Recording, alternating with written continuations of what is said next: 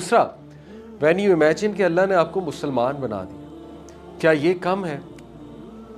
There are billions of people जो चूहों की इबादत कर रहे हैं, जो गाय की इबादत कर रहे हैं, जो पता नहीं पत्थर की इबादत कर रहे हैं, स्टूपिड चीज़ों की इबादत कर रहे हैं, अपने हाथ के बनाए हुए आइडल्स की इबादत कर रहे हैं, जो इतना ज़्यादा सुपरस्टिशियस चीज़ों का शिकार हैं, जो इतनी हराम चीज़ें खा रहे हैं। यानी अल्लाह ने आपको इस्लाम दे दिया, अल्लाह ने आपको मुसलमान बना दिया, यही काफ़ी है नमाज़ पढ़ने के लिए। जब नमाज में आपको डिमोटिवेशन आए तो ये काफ़ी है कि मैं शुक्र ना करूं, क्या मैं ना उठूं, क्या मैं अपने आप को पुश ना करूं अल्लाह ताला के आगे सजदा करने के लिए और अल्लाह के सामने खड़े होने के लिए, क्यों ना करूं जबकि मेरे रब ने इतना कुछ मुझे दिया। और फिर आगे चलें, इतना अच्छा घर दिया, गाड़ी दी, कितने लोग हैं जिनके पास ये चीज़ें नहीं हैं, 3 वक्त का खाना दिया, अच्छी चीज़ें खाने की तौफीक दी, अच्छी अच्छी चीज़ें आप खाते हैं, so on and so forth। तो देखिए ग्रैटिट्यूड इज़ अ गिफ्ट। अल्लाह ताला ने ऐसे नहीं कहा वलक़द आतैना लुक़मान अल हिकमत अनिश्कुर लिल्लाह, बेशक हमने लुक़मान पर हिकमत नाजिल की, हमने लुक़मान को हिकमत दी। हकीम लुक़मान का जिक्र हो रहा है। अनिश्कुर लिल्लाह saying give thanks to Allah. शुक्र इज़ हिकमा, जिसको शुक्र गुजारी मिल गई उसको हिकमत मिल गई। हिकमत is a deep thing. So if you want to become a wise person, learn to give thanks to Allah subhanahu wa ta'ala, ठीक है। learn to see at the positive side, learn to see at the nemas, जो अल्लाह ने आपको नेमतें कितनी ज़्यादा दी। और trust me, I am yet to meet a person in my life and I am sure आप भी, जिसकी ज़िंदगी में हर चीज़ ख़राब है। I challenge you, मुझे ऐसा इंसान मिलवा दें जिसकी ज़िंदगी में हर डिपार्टमेंट ख़राब है, हर चीज़ ख़राब है। नहीं है, हो ही नहीं सकता। एक तरफ से मुसीबत है, दूसरी तरफ से अल्लाह कॉम्पेंसेट ना करे, हो ही नहीं सकता। अगर अल्लाह, आपका शौहर आपको तंग कर रहा है, अल्लाह ने आपके बेटे को बहुत फरमाबरदार बनाया हो। अगर दोनों तंग कर रहे हैं, बेटियों को फरमाबरदार बनाया हो। अगर सारे ही तंग कर रहे हैं, रिश्तेदार बहुत अच्छे दिए होंगे, भाई बहुत अच्छा दिया होगा, माँ बाप बहुत अच्छे दिए होंगे। हो ही नहीं सकता, सारे आपके दुश्मन हैं, सारे आपको तंग कर रहे हैं, सारों ने आपकी नाक में दम किया, हो ही नहीं सकता। I am yet to find someone. बताने का मकसद कि देखें, अल्लाह आपसे प्यार करता है। अल्लाह ताला अगर कहीं से मुश्किल भेजता है तो बहुत जगह से आसानी भी भेजता है। बट शैतान का क्या मिशन है? शैतान का ये मिशन है कि आसानी वाली सारी चीज़ें साइड पे कर देता है और मुश्किल वाली सारी चीज़ें दिखाता है कि ये देखो। इसलिए learn to love Allah, learn to thank Allah, learn to trust Allah. यानी आप देखें ना, अंबिया का क्या, सुभान अल्लाह, अय्यूब अलैहिस्सलाम किस लेवल पे, लिटरली ये तो सुपर ह्यूमन लेवल है, ऐसा ह्यूमन बीइंग तो नहीं कह सकता। जब उनकी वाइफ ने कहा कि आप अल्लाह से दुआ करें अपनी बीमारी के लिए, तो उन्होंने कहा कि मुझे शर्मिंदगी होती है कि मैं इतने अरसा मेरे रब ने मुझे सेहतमंद रखा, इतना अरसा मेरे रब ने मुझे नेमतें दी, अब मैं किस मुंह से अल्लाह से कहूँ, किस लेवल पे। यानी आप सोचें कि क्या उनका माइंडसेट था अंबिया का। तो बहरहाल इसलिए मैं कह रहा हूँ, this is super human thing, this is not even human. Human being आपको पता है घबरा जाता है। एनीवे, तो when you will ponder over इंशाल्लाह द थिंग्स जो अल्लाह सुब्हानहू तआला ने आपको दी हैं, आप खुश रहेंगे और आप वाकई ही बहुत पॉजिटिव रहेंगे। और देखिए, मैं एक, हमारी फैमिली माशाल्लाह एक बड़ी उम्र की खातून है, मेरी वाइफ की फैमिली में एक्चुअली 65 प्लस उनकी उम्र है। तो महीना 2 महीने पहले हमारे घर आई तो माशाल्लाह मेरी वाइफ ने उसको कॉम्प्लीमेंट किया कि आप माशाल्लाह, दुआ भी दी कि आप बहुत, चेहरा आपका फ्रेश लगता है, अल्लाह आपको लंबी उम्र दे, सेहत दे, और माशाल्लाह यू डोंट लुक 65। तो माशाल्लाह उन्होंने, बड़ी वाइज थी, उन्होंने एक बात की, उन्होंने कहा कि इसका एक राज है। तो हमने कहा क्या राज है? उन्होंने कहा कि मैं पॉजिटिव रहती हूँ, किसी के बारे में बुरा नहीं सोचती। उन्होंने कहा जब आप पॉजिटिव रहते हैं, खुश रहते हैं ना, तो वो चेहरे पे आ जाती है चीज़, आपका चेहरा खिल जाता है, आपका चेहरा पॉजिटिव रहता है, ठीक है। तो आप देखें नबी सल्लल्लाहु अलैहि वसल्लम जो है वो मुस्कराया करते थे, और इस पे पूरी साइंटिफिक रिसर्च है कि जब आप मुस्कराते हैं तो 32 मसल्स इन्वॉल्व होते हैं चेहरे के, और वो मसल्स ऐसे केमिकल्स रिलीज़ करवाते हैं, सेरोटोनिन और वो हैप्पीनेस के केमिकल्स, तो बंदा खुद ब खुद उसका मूड ठीक होने लग जाता है, ठीक है ना। तो हम मुस्कराना भूल जाते हैं, थोड़ी सी मुश्किल आती है हम बुझ जाते हैं और हम जीना छोड़ देते हैं।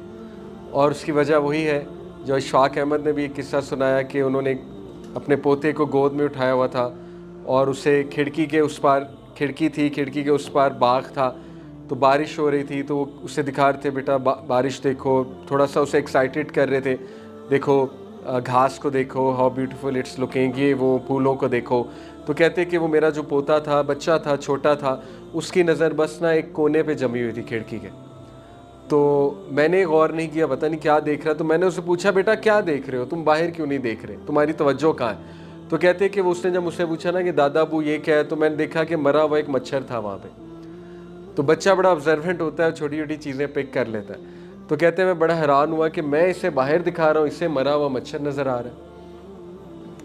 تو کہتے ہیں کہ پھر اس بچے سے میں نے ایک چیز سیکھی کہ انسان کی زندگی میں بڑی نعمتیں ہوتی ہیں، بارش، گھاس، مطلب پیرابل دے رہے ہیں، اگزامپل دے رہے ہیں، لیکن اس کو مرا ہوا مچھر ہی نظر آ رہا ہے. مرے مچھر سے مراد ہے یہ پرابلم کیوں ہے میری زندگی میں، یہ پرابلم کیوں ہے میری زندگی میں. تو یہ بات ہے اصل میں، ٹھیک ہے. تو گریٹیٹیوڈ جو ہے، صحابہ پازیٹیو کیوں تھے، ہوپ فل کیوں تھے؟ کیونکہ ان میں شکر گزاری تھی. اور اگر کبھی کبھی وہ ڈاؤن بھی ہوتے تھے تو وہ ایک دوسرے کو کاؤنسل کرتے تھے. کمیونٹی بلڈنگ تھی، ایک دوسرے کے قریب تھے، ایک دوسرے کو تقویت دیتے تھے، احساس دلاتے تھے. تو فیملی کا یہی رول ہوتا ہے. اگر آپ کی فیملی میں کوئی بھائی، کوئی بہن ڈاؤن ہے تو اس کو تھوڑا سا برائٹر سائڈ دکھایا کریں، اس کو ذرا گریٹیٹیوڈ کی طرف لایا کریں، یہ چیز ٹھیک ہے. اس کے بعد ہمیں صحابہ کی زندگی میں ایک بڑی خوبصورت چیز نظر آتی ہے، وہ ہے فارگیونیس اینڈ ایموشنل ریگولیشن. صحابہ یوز ٹو پریکٹس فارگیونیس. جیسے ابو بکر صدیق کی زندگی آپ دیکھ لیجئے کہ مستح کو فارگیو کیا، جنہوں نے ان کی بیٹی پہ الزام لگانے والوں میں شامل تھے. تو حضرت مستح جو تھے وہ بھی صحابی تھے، تو ابو بکر صدیق نے ان کا سٹائپنڈ بند کر دیا تھا جب واقعہ افک ہوا، آپ نے پڑھا ہوا ہے. تو اس کے بعد اللہ نے آیت نازل کر دی نا کہ کیا تم نہیں چاہتے اللہ تمہیں معاف کرے، تو تم لوگوں کو معاف کرو. تو ابو بکر صدیق بڑا روئے، وہ سمجھ گئے آیت میرے بارے میں. تو پھر ابو بکر صدیق نے معاف بھی کیا اور احسان کا لیول دکھایا کہ ان کو مزید زیادہ سٹائپنڈ دینا شروع کر دیا. اس طرح آپ دیکھیں اماں عائشہ نے کتنی فارگیونیس اپنی لائف میں پریکٹس کی ہے کہ ان لوگوں کو معاف کیا ہے جن لوگوں نے ان کے خلاف پروپیگنڈے میں شامل تھے، لیٹ گو کیا. اور لیٹ گو کرنے کا دیکھیں مطلب یہ نہیں ہوتا کہ آپ اگلے کے جو ہے نا وہ بالکل ویسا تعلق بنا لیں جیسا پہلے تھا. لیٹ گو کرنے کا مطلب صرف ہوتا ہے کہ اپنے دل کو صاف کر لیں، کوشش کریں، جہاد بن نفس کریں. اور لیٹ گو کرنے کا مطلب ہوتا ہے کہ آپ بس یہ کہیں کہ میں اس بندے کے خلاف کوئی بدعا نہیں دوں گا. تو الحمدللہ they use to practice forgiveness. آپ یوسف علیہ السلام کی دیکھیں لائف، کیسے انہوں نے اس ٹائم پر فارگیونیس پریکٹس کی. دیکھیں ایک بندہ، اس میں بدلہ لینے کی سکت ہی نہیں ہے، اس کا سٹیٹس ہی کوئی نہیں ہے، تو اس کے پاس تو کمزوری میں کوئی اور ایکسکیوز نہیں ہے نا سوائے اس کے وہ اگلے کا اچھا یار چلے میں نے تمہیں معاف کیا. آبویسلی تم نے معاف ہی کرنا ہے کیونکہ نہ تمہارے پاس بدلہ لینے کی کیپیسٹی ہے، نہ تمہارا کوئی اتنا سٹیٹس ہے، تم نے تو معاف ہی کرنا ہے، تمہاری تو پوزیشن ہی کمزور ہے. لیکن واٹ اف ایک ایسا انسان معاف کرے جو بادشاہ کی سیٹ پہ بیٹھا ہوا ہے اور جس کے سامنے اس کے بھائی کھڑے ہیں جن بھائیوں نے کنویں میں مار کر پھینکا تھا، اور وہ بادشاہ پورا اس بات پر قادر ہے ان سے بدلہ لینے میں، اور پورا بات پر قادر ہے کہ ان کو غلہ نہ دے، ان کو وہ جو لینے آئے تھے وہ نہ دے بلکہ ان کو جیل میں ڈلوا دے، اور فل پاورفل ہے، اور اس سٹیج پہ وہ فارگیونیس پریکٹس کر لے، تو یہ بہت بڑی بات ہے. ٹھیک ہے. تو practicing forgiveness and emotional regulation. Emotional regulation جو ہے یہ بھی بہت زبردست چیز ہے. ایموشنل ریگولیشن سے دین اگین یہی مثال ہے کہ محاسبہ کیا جائے اپنے جذبات کا، اپنے ایموشنز کا، دوسروں کے ایموشنز کا بھی خیال رکھا جائے، اپنے ایموشنز کا بھی خیال رکھا جائے. تو یہ بھی ہمیں صحابہ کی تربیت میں بہت زیادہ چیز جو ہے وہ نظر آتی ہے. اس کے بعد سیکنڈ لاسٹ جو ہمیں صحابہ کی زندگی سے ایک چیز مل رہی ہے، that is perseverance and resilience. کہ ریزیلینس بائی دا وے کیا ہوتی ہے میں آپ کو سمجھاتا ہوں. دیکھیں ریزیلینس جو ہے نا فزکس کا بھی کانسیپٹ ہے. آپ نے لمٹ آف الاسٹیسٹی پڑھا ہوا ہے؟ کیا ہوتا ہے ڈیفارمیشن کا ٹاپک جو ہے، اسپرنگ کی ایک لمٹ آف الاسٹیسٹی ہوتی ہے. ٹھیک ہے. تو الاسٹک لمٹ اسے کہتے ہیں. بیسکلی دیکھیے اسپرنگ میں ایک خاص حد تک قوت ہوتی ہے، اور اسپرنگ کو جب دبایا جاتا ہے تو وہ واپس اپنی پوزیشن پہ آ جاتا ہے. اسپرنگ پہ جب پریشر یا فورس ڈالی جاتی ہے تو جب فورس ریموو کی جائے تو واپس اپنی اوریجنل شیپ میں آ جاتا ہے. ٹھیک ہے. تو इंसान में भी ये कैपेसिटी है टू बाउंस बैक। इस बाउंसिंग बैक की कैपेसिटी को रेजिलियंस कहते हैं साइकोलॉजी की लैंग्वेज में। ओके, तो देखिए होता ऐसे है कि शैतान जो है वो हमारी इस कैपेसिटी को ख़त्म कर देता है। हालांकि अल्लाह ताला ने ये नेचुरली इंसान के अंदर बाउंसिंग बैक की कैपेसिटी डाली हुई है। तो सहाबा की ज़िंदगी हम देखें तो दे वर वेरी रेजिलियंट। रेजिलियंट से देन अगेन क्या मुराद है कि वो बहुत जल्दी बाउंस बैक करते थे सिचुएशन का मुहासबा करके, और वो हाथ पर हाथ धरे बैठे नहीं रहते थे। अब रेजिलियंस जो है इसमें भी कुछ चीज़ें आती हैं जो इंशाल्लाह ताला मैं आपके सामने रखना चाहूँगा और आपको बताना चाहूँगा कि रेजिलियंट लोगों की क्या खसूसियात होती हैं, what is it that they do differently, जिसकी वजह से वो रेजिलियंट बन जाते हैं। इंशाल्लाह मैं आपको साइकोलॉजी के नॉलेज के मुताबिक जो है वो आपके सामने चीज़ रखता हूँ। पहली क्वालिटी ये कि जो रेजिलियंट लोग होते हैं they are better able and more skillful at identifying problems. Problems को वो आइडेंटिफाई कर लेते हैं कि प्रॉब्लम कहाँ से आ रही है, और प्रॉब्लम को आइडेंटिफाई करके वो सोल्यूशन की तरफ जाते हैं। ठीक है, ये भी एक स्किल है। बहुत से लोगों से प्रॉब्लम आइडेंटिफाई नहीं हो रही कि प्रॉब्लम कहाँ आ रही है। मैं आपको बताता हूँ कि जो माहिर नफ्सियात होता है ना, जो काउंसलिंग वाले लोग होते हैं, उनका काम यही होता है कि जैसे एक कपल है वो एक मुसीबत से गुजर रहा है, तो वो आइडेंटिफाई कर लेते हैं कि ये प्रॉब्लम का रूट कॉज क्या है, इनके दरमियान जो चपकलिश हो रही है, इनके दरमियान जो मसला पैदा हो रहा है। तो this is what resilient people do, कि वो प्रॉब्लम को आइडेंटिफाई करना जानते हैं। नंबर 2, रेजिलियंट लोग जो हैं वो एक सिचुएशन को एज अ चैलेंज देखते हैं, नॉट एज अ थ्रेट। यानी मैंने आपको बताया कि सहाबा पे जब मुसीबत आती थी तो थोड़ा सा घबराते होंगे, लेकिन वो इसको एज अ अपॉर्चुनिटी भी देखते थे कि अब मेरे पास मौका है अल्लाह के करीब होने का, अब मेरे पास मौका है अल्लाह से दुआ करने का, अब मेरे पास मौका है वो चीज़ें जो हमने सीखी वो चीज़ें प्रैक्टिकली दिखाने की। तवक्कुल हो गया, उसमें वो दुआएं हो गई जो अल्लाह के नबी सल्लल्लाहु अलैहि वसल्लम ने सिखाई। तो साबित हुआ कि रेजिलियंट लोग जो है वो एक प्रॉब्लम को थ्रेट नहीं देखते बल्कि चैलेंज देखते हैं और एक अपॉर्चुनिटी देखते हैं। ठीक है, तीसरी चीज़, रेजिलियंट लोग इस चीज़ को आइडेंटिफाई करते हैं कि वो किस एस्पेक्ट ऑफ द प्रॉब्लम को कंट्रोल कर सकते हैं, ना कि इस चीज़ को कि किस एस्पेक्ट को वो कंट्रोल नहीं कर सकते। देखिए, एक प्रॉब्लम के 2 एस्पेक्ट्स होते हैं, ये मैंने पहले भी बताया। एक एस्पेक्ट होता है जो आप कंट्रोल कर सकते हैं, दूसरा एस्पेक्ट होता है जो आप कंट्रोल नहीं कर सकते। तो रेजिलियंट लोग सिर्फ उस पर गौर करते हैं कि अब मैं कंट्रोल क्या कर सकता हूँ, लेट्स डू इट। मैं आपको मिसाल देता हूँ। एक किताब है, उस किताब का गालिबन नाम है लिविंग विद रेजिलियंस।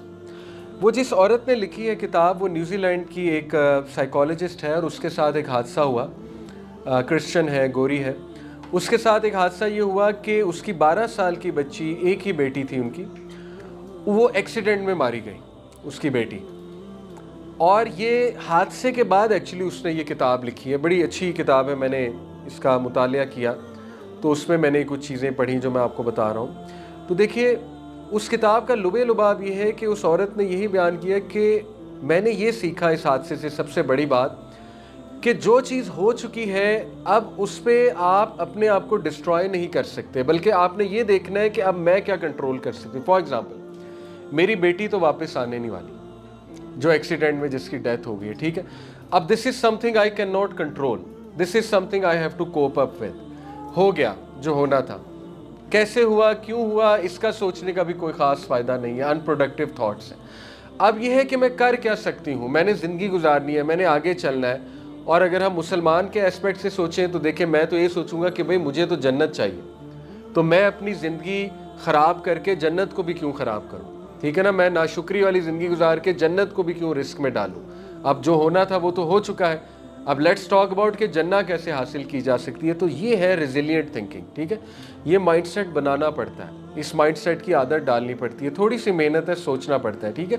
तो ये रेजिलियंट लोगों की तीसरी जो है वो निशानी है कि वो उस एस्पेक्ट पे फोकस करते हैं प्रॉब्लम के जिसको कंट्रोल कर सकते हैं। फॉर एग्ज़ाम्पल, एक और मिसाल देता हूँ कि खुदा न खास्ता एक कपल को बिल्कुल ही नाउमीदी हो चुकी है कि औलाद हो ही नहीं सकती, यानी 20 साल गुजर चुके हैं और अब वो एज भी ऐसी आ गई है कि वो औलाद हो ही नहीं सकती। तो there are many things which can be done. Adoption की तरफ जाया जा सकता है, ठीक है, किसी ऑर्फन को अडॉप्ट किया जा सकता है, there are many things obviously. تو this is what resilient people do. اس کے بعد تیسری چیز جو ہے, resilient people tend to be more approach oriented. They walk towards the problem not away from the problem. یہ بھی بہت خوبصورت بات ہے, اس کو سمجھیے. دیکھیں ہم جیسے جو کمزور لوگ ہوتے ہیں نا, وہ پرابلم سے دور بھاگتے ہیں. جیسے بلی جب آئے تو کبوتر آنکھیں بند کر لیتا ہے, ایک بہت مشہور جو وہ بنا ہوا ہے محاورہ. تو دیکھیں